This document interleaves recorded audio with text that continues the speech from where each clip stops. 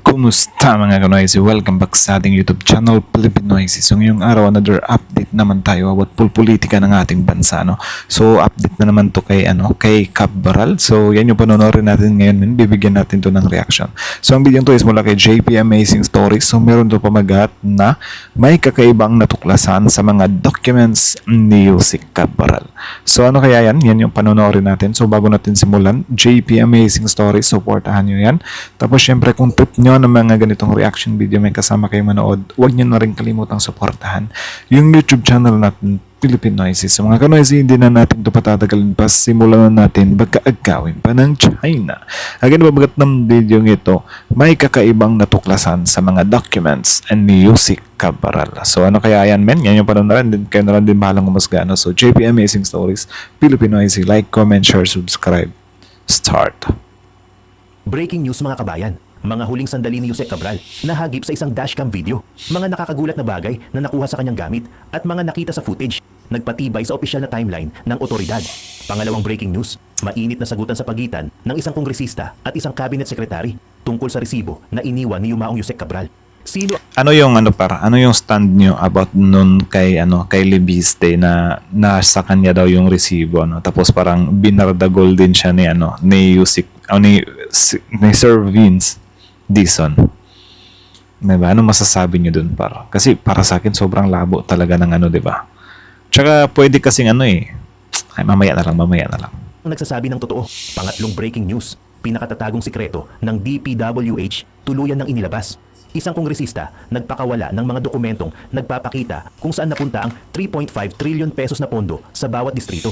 Sino ang mga pinagpalang nakakuha ng bilyon-bilyong pondo? At sino ang mga naiwan sa kangkungan? Panghuli sa ating mga balita, matinding babala, binitawan sa Malacanang. Sa gitna ng pagtatangka ng palasyo na i-dismiss ang mga Cabral files, isang veteranong senador ang nagbabala na ang kanilang mga pahayag ay posibleng ituring na isang cover. Nako, yan pa lang mo talaga na parang si Senator Ping Lacson. Diba? Si Senator Ping ba yan? Ewan ko, baka mali ako. Bago tayo magumpisa, baka pwedeng pa-like muna ng video na ito. Malaking Like bagay the po ito video. sa aming mga content creators. Maraming Like and salamat po. subscribe. Ang misteryong bumabalot sa pagkamatay ni dating DPWH Undersecretary Maria Catalina Cabral ay unti-unti nang nabibigyang linaw.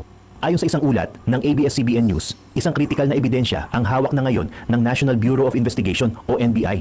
Isang ebidensya na nagpapakita sa huling pagkakataon na nakita siyang buhay. Ang ebidensya, isang dashcam footage na nakuha mula sa isang motorista na dumaan sa Cannon Road. Sa naturang video na may timestamp na 3:25 ng hapon noong December 18, makikita si Cabral na nakaupo sa pagitan ng mga concrete barrier sa gilid mismo ng bangin.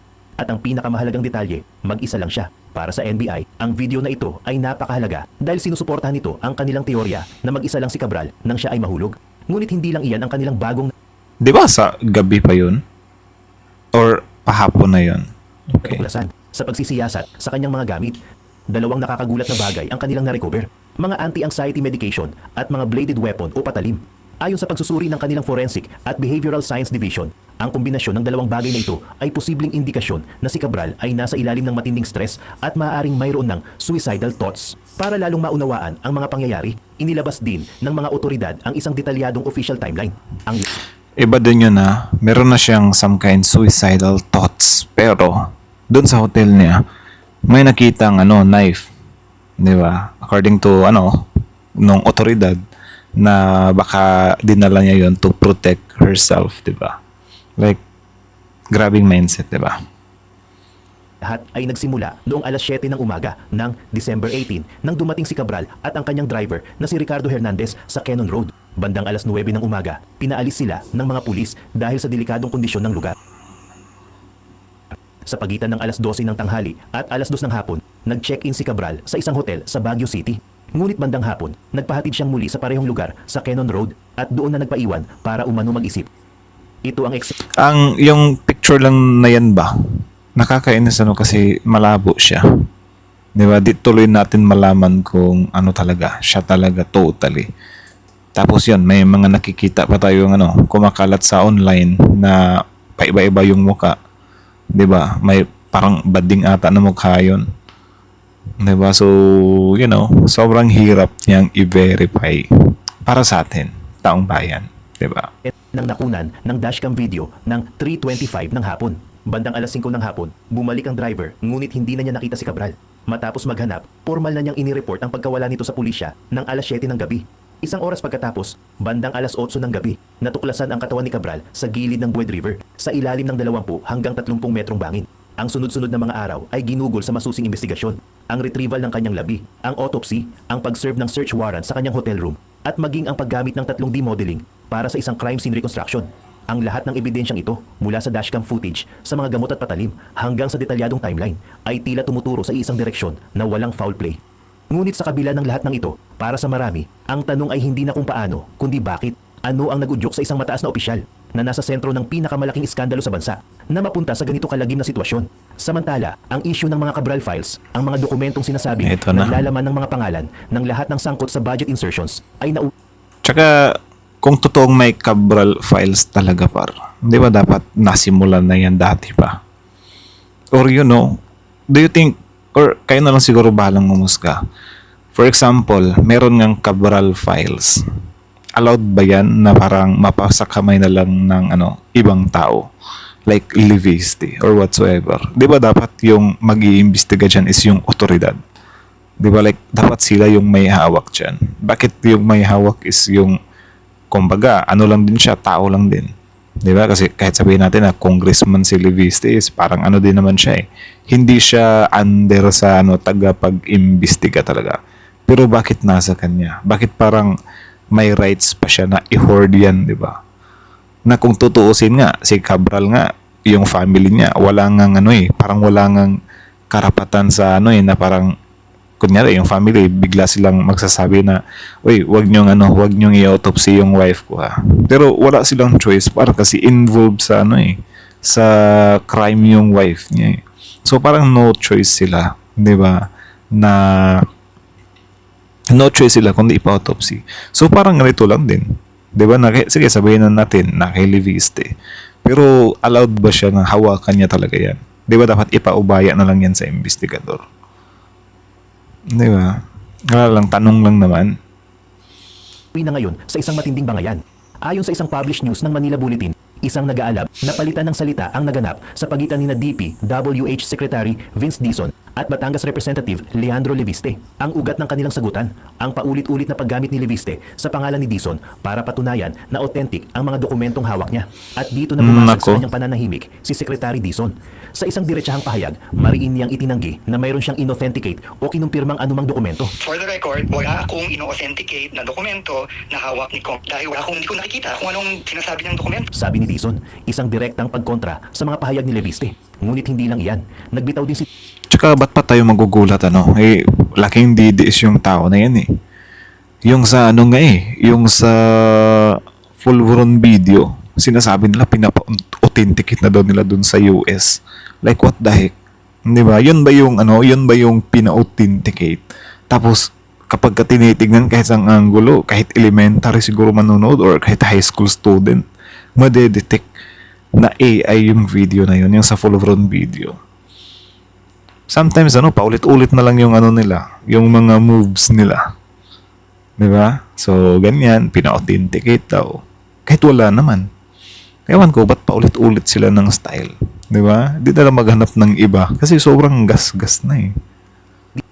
Dizon ng isang mas mabigat na pasabog, isang aligasyon na direktang kumukwestiyon sa paraan ng pagkuha ni Leviste sa mga file. Ayon kay Dizon, ang totoong kwento ay ikinuwento mismo sa kanya ni Yumaong Jose Cabral bago ito pumanaw. Ang kwento raw, puwersahang kinuha ni Leviste ang mga kopya ng file mula sa opisina ni Cabral. Ginamit daw ng kongresista ang computer ng isang staff member at isinalin ang mga file sa isang flash drive. Nang tanungin Kung puwersahan, yan, allowed ba yan? Di ba na parang ang pangit naman, kinuha mo siya not in a good way. Kakapanood mo ng movie. Dapat ito yung dapat batuhin ng word na kakapanood mo ng movie, ginagaya mo yung movie. Parang magmukha kang hero. Okay lang sana kung talaga, mas maniwala siguro ako kung hindi DDS to par. Kaso DDS eh. Yun lang. 'Di ba? Okay lang sa akin kung wala siyang pinapanigan, hindi loyalist, hindi DDS, hindi pink. Ma-appreciate ko pa. 'Di ba? Nagagawin niya 'yan. 'Di ba? Like what the heck, man? ba ay isang uri ng throwing his weight around o paggamit sa posisyon, sinabi ni Dizon na iyon ang naging impresyon niya. Mabilis namang sinagot ito ni Congressman Leviste. Mariin niyang Leviste. itinanggi ang aligasyon ng pwersahang pagkopya at binuweltahan niya si Dizon. Ayon sa kanya, imposibleng hindi alam ni Dizon ang tungkol sa mga fill dahil personal daw silang nag-usap tungkol sa pag-release nito noong bagong upo pa lang si Dizon bilang kalihim. At nagbitaw din si Leviste ng sarili niyang teorya. Itinanggi niyang siya ang nag-leak ng mga dokumento. Ngunit ang paglabas daw nito sa isang news website ay isang indikasyon na posibleng may basbas ito mula mismo kay Dizon o sa kanyang mga tauhan. Ang sitwasyon ngayon ay isang malinaw na pagtuturuan. Isang kongresista na nagsasabing may basbas ng kalihim ang kanyang pagkuha sa mga dokumento. At isang kalihim na nagsasabing hindi niya alam ang tungkol dito at puwersahan pa itong kinuha. Sino ang nagsasabi ng totoo? Sa gitna ng kanilang bangayan, isang mahalagang development ang kinumpirma ng DPWH. Formal na nilang isinuko. Well, ganito na lang i-analyze mo na lang. Di ba? Siyempre, ang pinagkukumparahan, sino daw yung nagsasabi? Si Leviste daw ba na parang inaano na inauthenticate daw ni Dizon. Tapos ngayon, kay Dizon naman na siya, hindi na siya nag-authenticate. Malamang si Dizon yung di ba, mas kapani-paniwala. Di ba? Kasi isipin nyo di ba? Isipin nyo, mas alam pa pala ni Leviste kung ano yung nangyayari kaysa kay Dizon. Di ba? Like, mas alam pa ni Leviste na inauthenticate ni Dizon yan, tapos si Dizon walang kaalam-alam na inauthenticate yan. Like, ano yun? Di ba? Doon pa lang Like, isipin mo to Ikaw, pinapakialaman ka ng ng ibang tao na ito ka. Syempre, magugulat ka, anak ng tokwa. Di ba? Meron pala nga akong ganyan, di ba? Meron pala akong ganyan. Di ba? Ganyan pala ako. Tapos ako, saan mo nakuha yung impormasyon na yan? Di ba? Parang ang weird talaga, Sa Office of the Ombudsman, ang lahat ng gamit mula sa opisina ni Cabral, kabilang na ang kanyang computer at lahat ng files, alinsunod sa isang sapina. Ayon kay Secretary Dizon, nasa kamay na ngayon ng Ombudsman ang bola. Sila na ang may tungkuling suriin, i-authenticate at alamin ang katotohanan sa likod ng mga dokumentong ito. Ang tanong ngayon, sa gitna ng magkasalungat na kwento ni Dizon at Leviste, kaninong bersyon ang paniniwalaan ng Ombudsman? At ang mga file na nasa kanilang kamay, ano ang mga pasabog na ilalabas nito? Yan ang mga tanong na hinihintay nating masagot. Sa gitna ng mga bangayan. Well, good thing naman yan na parang magbabardagulan sila, Kasi, kapag kasi, yung mga tao dyan sa government, nag-aaway-aaway sila. Like, nagbabardagulan, nagpapalitan. Yung taong bayan yung panalo dyan Di ba? Kasi, kapag kayan kasi nag-aaway yung mga yan, puro labasan ng baho. Which is tayo, taong bayan, para makikita din natin lahat ng baho nila. Like for example, yung nangyari sa Unity, yung nangyari kila Duterte, Sara, di ba? Like nagbabardagulan sila, di ba? Nagsisiraan sila. Yung mga senador, di ba? Nagbabardagulan sila. Ngayon, palitan sila ng mga issues, ng mga baho. So, tayo na ng taong bayan, yung mag-analyze dyan kung saan ba talaga dyan yung totoo. Kasi, yung mga ini-explore naman nila kung analisahin mo talaga, may tumatama naman Diba? Kaya nga dati nung close-minded pa tayo, like one-sided lang tayo, hindi natin pinapakinggan both sides. Syempre, sobrang hinihail natin yung Dutertes. Diba? Pero ngayon, na pakikinggan na lang natin or parang bibigyan natin ng pagkakataon na pakinggan kung saan nga ba nanggaling itong mga sinasabi nila Trillanes, yung sa against sa mga Duterte. Kung iisipin mo, may punto naman talaga. Diba? Like, may punto talaga. Tsaka, ang kaibahan lang kasi, dito sa side ng mga critics ng mga Duterte, siksik sila sa mga ebidensya May basihan yung mga binabato nila Unlike dito sa kabila, sa mga Duterte na yung mga binabato lang nila sa mga kalaban nila, puro intriga most likely or puro intriga yung karamihan. Diba? Like, isipin nyo na lang yan. Diba? Kung saan kayong panig maniniwala. Sagutan, patuloy ang laban para sa transparency sa gitna ng malawakang flood control scandal. Sa pagkakataong ito, ang buong sambayanan na ang magiging fact-checker. Ayon sa isang ulat ng Diba? Inquirer.net, sa isang napakatapang na hakbang na nagugat sa isang matinding hamunan, inilabas na ni Leviste ang isa pang batch ng mga sensitibong dokumento na kanyang nakuha mula sa yumaong si dating DPWH Undersecretary Maria Catalina Cabral. At Si Leveste din kasi parang ano lang din siya parang Barzaga 2.0. 2.0. 'Di ba? Kasi itong mga taong to kasi kapag may ginagawa kasi sila na hindi makakaapekto or magbe-benefit yung Duterte clan, 'di ba? Duterte world. Susuporta nila 'yan I-hail nila 'yan. Sasambahin nila 'yan. Kaya syempre yung mga tao na 'yan, 'di ba, is umaangat talaga. 'Di ba? Sobrang taas na ng tingin sa sarili. Sobrang, like yan naman yung nangyari kay Marcoleta dati. 'Di ba? Like, doon sa Blue Ribbon Committee, ang tapang-tapang ni Marcoleta. Tapos yung mga DDS, oh, gabi yan! What a good senator! Diba? Ganyan-ganyan ngayon daw yung mga DDS. Kita nyo, pinalaki nyo ng ulo ni Marcoleta masyado. Di, na-shoot siya doon sa yung sa guteza niya, na fake pala yung notary. Diba? Kasi nililigo nyo ng diba? Pinapalaki nyo yung ulo Si Barzaga. Ano nangyari kay Barzaga? Wow, astig. May paano pa si Barzaga na hindi ako matatakot na mawala sa posisyon. Tanggalan nyo man ako ng posisyon, di ba? Magsasalita ako dito ng katotohanan. Pero nung sinuspindi pa lang, wala na, nabahag na yung buntot.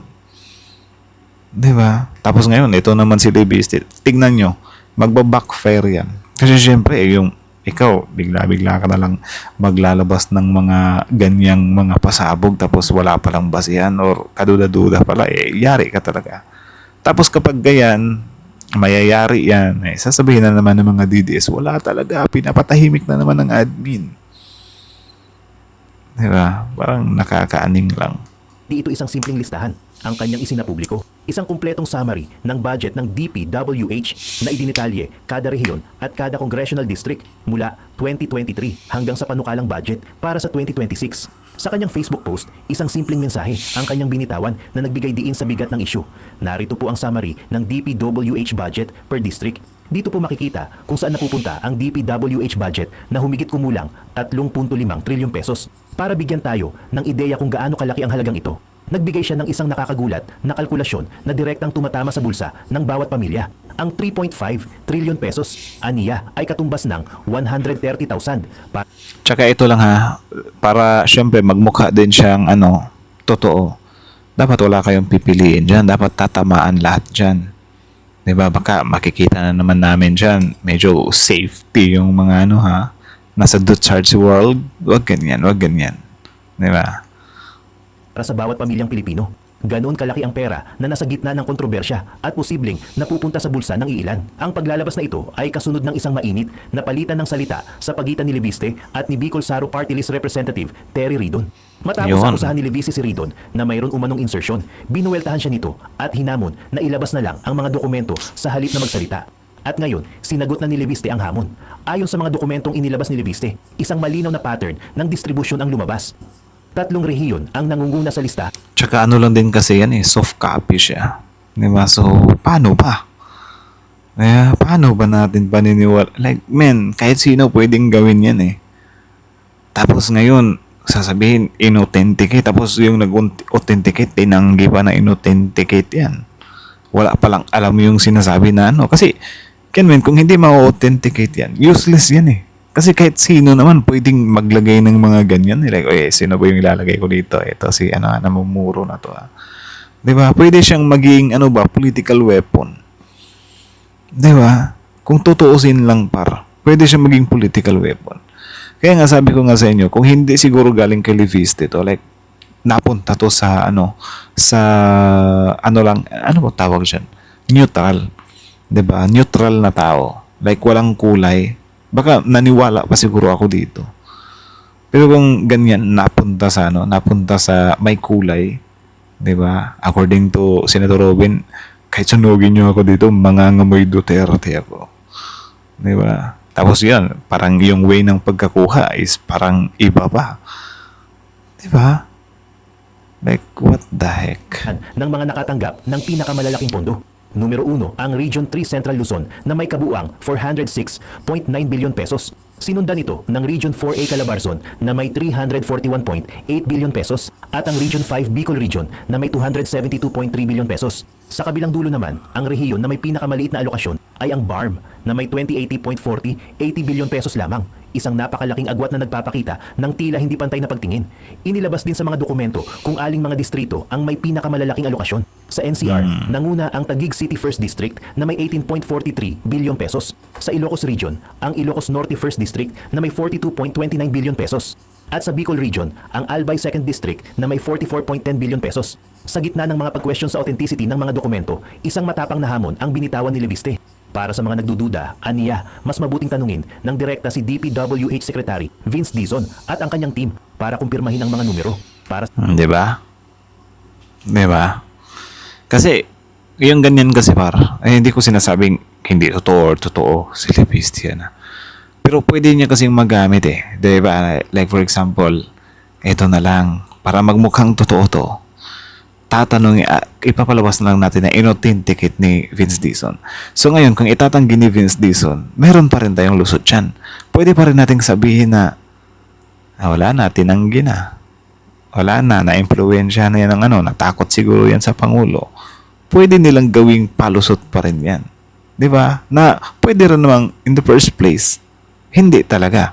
Di ba? Like, alam talaga ni Leviste from the start na hindi inauthenticate ni Vince Dizon yan. Alam niyo yung ganyang tactics Like for example, yung sa Pulveron video ulit. Di ba? Sinabi nila, pina-authenticate na daw nila yan. Di ba? Sa mga expert doon sa US pa. So, ang sabi daw, goods, totoo. Di ba? Tapos dito, kahit saang expert mo ipatingin dito, malabo naman talaga na totoo yung Pulveron video. Tapos kung tatanungin mo pa yung mga taong yan, like for example, sige nga, kung i-reveal nyo nga kung sino yung nag-authenticate na expert dyan sa di ba, sa ibang bansa. Wala silang maipakita. Di ba? Kung may maipakita man sila, kunyari, sasabihin no na, wala, hindi namin alam yan. Di ba? Syempre, sasabihin na nila, baka may nagbayad na nito, kaya tinanggi na ngayon.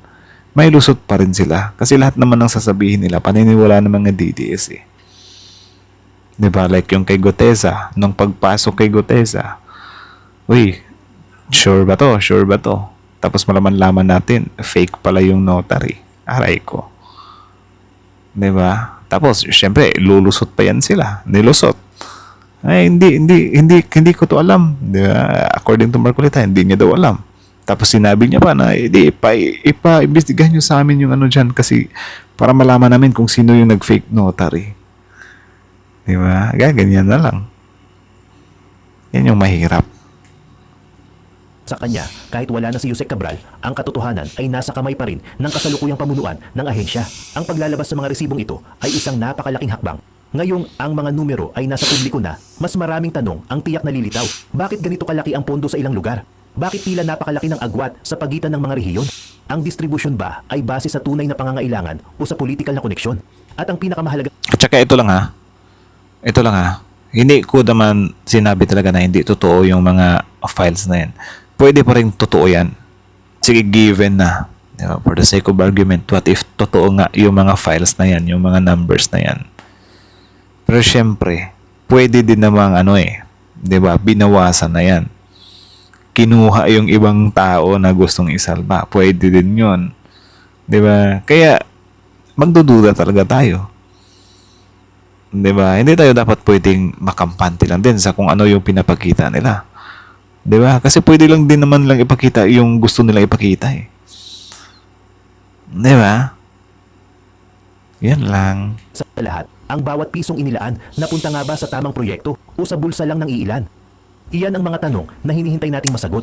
At ngayon, dahil sa tapang ni Congressman Leviste, mayroon na tayong basehan para magsimulang magtanong at maningil. Sa kabilang banda naman, ang Cabral Files, ang mga dokumentong sinasabing naglalaman ng mga pangalan ng lahat ng sangkot sa budget insertions ay nagdulot din ng matinding banggaan sa pagitan ng Senado at ng Malacanang.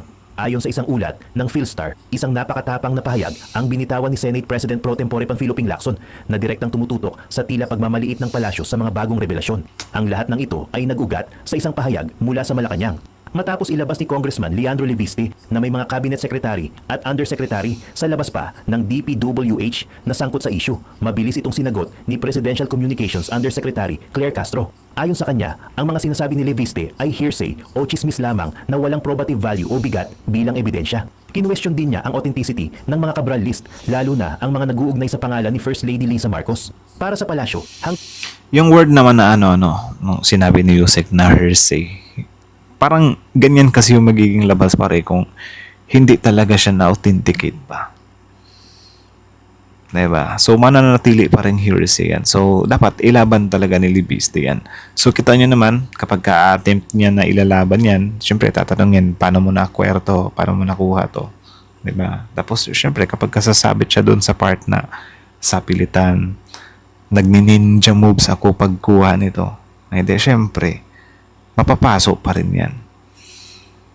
Diba? Yeah.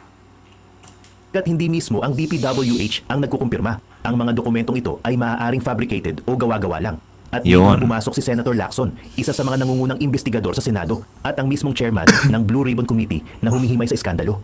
Nagbabala siya sa administrasyon na maging maingat sa kanilang mga pahayag. Ang pag-dismiss sa mga seryosong aligasyon bilang hearsay lang, anya, ay posibleng ma-interpret ng publiko bilang isang euphemism for cover-up. Isang magandang Tama naman. To be fair kay naman yan, So, may point naman talaga si Senator Lacson dito.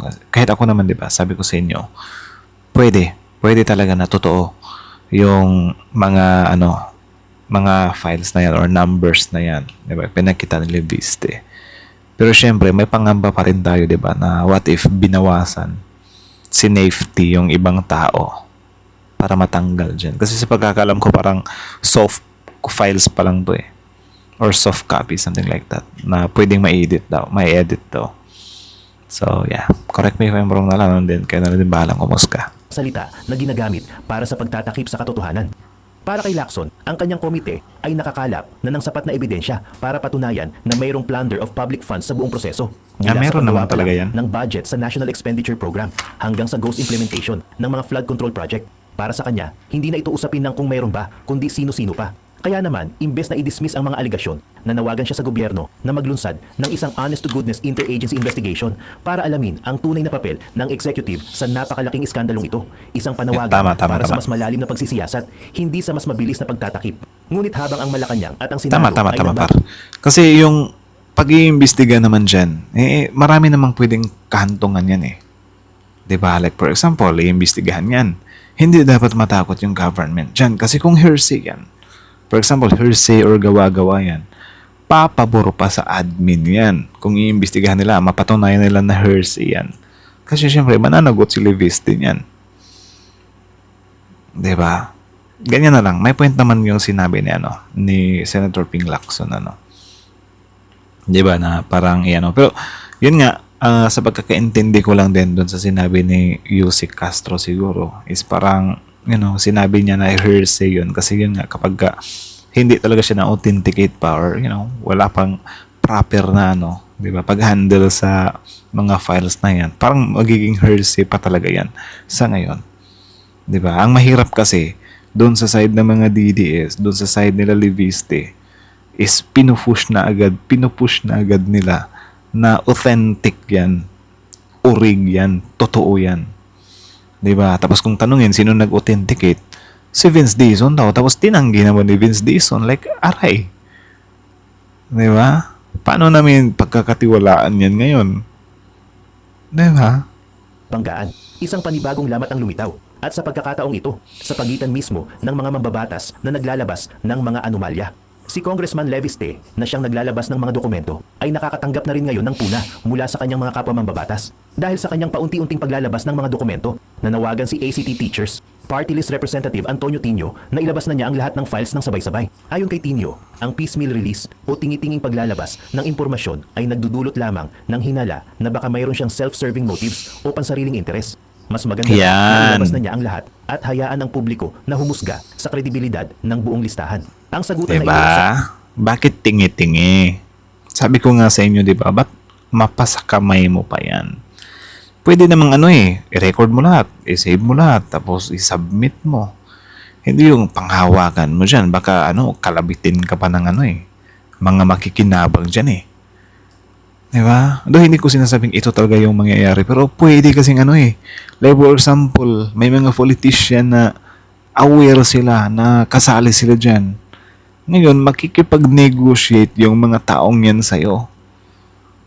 And I know for sure, o-offeran ka nila ng presyong hindi mo matatanggihan. Diba? Pwedeng ganyan yan. Pwedeng message yan. Diba? Like, nandito na sa akin yung Cabral files. Alam nyo na kung sino yung mga nandito. Diba? Ikukontakin ka ngayon. Tsaka ang pa dyan, manganganib ba yung buhay mo niyan? Di ba? Binabalandra mo. Yung iba ayaw ngang maging witness Yung iba ayaw ngang hawakan yung mga ganyan Tapos ikaw parang i-hoard mo, di ba? Paubaya mo na yan sa government sa tamang ahensya. Di ba? Kung wala kang tiwala, edi sige, sabayan mo. Di ba? Pwede namang i-publish mo lahat yan. Isahan. Ganyan. Tingi-tingi, may pa-part-part pa. Parang lang yan Zaldi ko. Malakas lang sa una, tapos sa next part wala na, lumaylay na. Pagitan ng Senado, Kamara at Malacanang ay nagpapakita ng isang malalim na problema at kawalan ng tiwala. Habang ang palasyo ay naninindigan sa pangako ng Pangulo na walang sasantuhin sa investigasyon, ang kanilang mga opisyal na pahayag naman ay tila kumukontra sa mga ebidensyang unti-unting lumalabas sa mga pagdinig at sa media. Sa huli, ang tanong ay hindi na kung mayroon bang mga dokumento o kung may anomalya ba. Ang tanong ngayon ay kung sino ang paniniwalaan ng taong bayan. Ang isang palasyo na nagsasabing ang lahat ng ito ay chismis lang o ang isang veteranong investigador na nagbabantang ang lahat ng ito ay posibleng mauwi sa isang malawakang cover-up. Yun. Kudos naman talaga kay Kudos kay Senator Ping Lacson So, kita nyo naman yun. Yun lang naman. So, again, ang video to is mula kay JP Amazing Stories. Supportahan nyo yan. Original video link in the description box below. Panoorin nyo rin, subscribe nyo rin. Tapos, kayo na lang din bahalang umusga. So, again, that's it. Siyempre, bago nyo rin iwan yung YouTube channel natin, Pilipinoicy, don't forget to like, comment, share, subscribe. So, kita nyo naman yun, sabi ko sa inyo okay lang naman di ba? Then, yung nagustuhan ko dito, kasi, siyempre, parang, healthy ba? Mako-consider ba as healthy yung ganyan na, for example, nagbabardagulan si Senator Ping Lacson at hindi naman sila nagbabardagulan Yung nangyari lang naman is, nagbigay ng opinion si Attorney Claire Castro. Tapos yun nga, ang gustong mangyari din ni Senator Ping Lacson na wag tayong pumunta sa part na yan. Wag nating ganyanin kasi syempre mas lalo magagalit yung tao. Ito yung gusto natin na parang healthy, lang ba? Healthy ba? Parang lang ba na tayo as parang sumusuporta sa admin. Din tayo na hindi sa lahat ng bagay, hindi sa lahat ng panahon papanigan natin si Di ba kasi syempre magkakamali din naman yung mga taong yan. So ngayon, parehas nating pinapakinggan si Attorney Claire Castro tapos si Senator Ping Lacson. Pero ngayon, parang I think mas lamang yung idea ni Senator Ping Lacson, di ba? Na i-submit pa rin natin yan. Huwag nating sabihin hearsay. Parang saktong pagtatama lang ba? Yung mga DDS kasi konting pagkakamali, putakte agad di ba? Nung nagkamali si Regal Oliva, biglang pinutakte agad ng mga DDS. Walang niya ka. Huwag mong sabihin yan. Di ba? Hindi mo pwedeng, hindi ka pwedeng mag-disagree kahit konti. Di ba? Kaya yan din yung gusto ko talaga. Kaya sabi ko nga sa inyo, di ba? Kahit mag-anuhan tayo dyan, pasensya na, hindi talaga ako mag-agree na yung 500 na Noche Buena is enough. Di ba? From the government mismo. So, hindi talaga ako agree doon. And happy naman ako na nire-respeto yun ng ibang mga kababayan natin. So, hindi na sila nagagalit. May iba din talaga na sobrang diehard sa admin. And then, okay lang din naman. Opinion din naman nila yun. Opinion ko rin to, diba? So, yan, naiintindihan ko yun. So, kudos kay Senator Ping Lacson, na inano niya talaga, like, pinapakita niya talaga sa lahat na, ganito tayo dapat. Yan yung legit na ano. Yan yung dapat ano talaga, yung maging chairman sa ano, di ba? Sa Blue Ribbon Par. Di ba? Kahit kasamahan, kahit, kadikit, iko-correct. Di ba? Tapos yun nga sa files ni Leviste Par. Comment nyo sa baba kung nahihiwagaan din ba kayo, authenticatean ba kayo, di ba? Pero yun nga, sabi ko nga sa inyo, di ba, ewan ko rin kung naisip nyo rin to, pero what if, di ba, yung kakadaldal mo dyan na meron kang Cabral files, what if tapikin ka, di ba, ng mga involved dyan, di ba, mas lalo ka tuloy yung mga nganib dyan.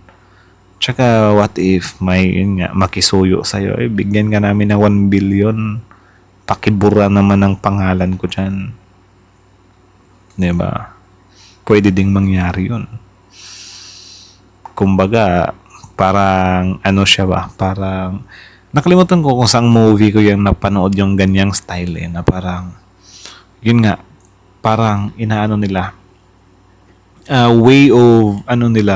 way of contacting mga gusto nilang hut-hutan ng pera, idadaan nila sa mga ganyan. Kasi kung iisipin mo, pwede naman din, di ba? Doon hindi natin sinasabi na yan yung layunin ni Kong Leviste. Pero again, pwede siyang lapitan ng mga kumag na yan, di ba? And then syempre susukatin yan. Susukatin yung loyalty niyan sa bansa. Kaso lang, parang ibang loyalty yung nakikita natin eh. Diba? Parang DDS ata yan. DDS ba yan? Comment nyo nga kung ilang porsyentong DDS yung si Leviste. 1 to 100. Comment nyo. Diba? Kapag ka umabot ng 100 mostly comment, ewan ko na lang. Diba? Kaya sabi ko, ito din talaga, mas authentic, mas talaga yan eh, mas kapani-paniwala pa siguro yan. Kung yung may hawak niyan is parang non-partisan ba or parang, walang kulay na nire-represent. Pero kung may kulay na nire-represent, parang i-expect na natin na mapupuruhan lang dito yung kabila. Yung sa kulay namin, syempre, mamimili lang kami ng mga small fish dito. Pwedeng maging ganyan kasi. Diba? So sana, kung totoo man yan, yung mga pinagagawa ni Leviste dyan is, niya talaga yan. Diba? Kasi sa pagkakalam natin, parang dun pa lang kay Dizon, yung sa pag-authenticate daw, sumabit na eh. Parang wala tong pinagkaiba dun sa Guteza na naka-fake notary. Anak ng toko niya. So again, that's it na lang muna. So kayo nung masasabi nyo dito, comment down below. Tapos yun, pag-usapan natin yan sa comment section. So again, ang video to is mula kay JPM Basic Story. Supportan niya. Tapos syempre, Filipino IC. Like, comment, share, subscribe. So that's it. Thank you so much for watching. Filipino IC is out.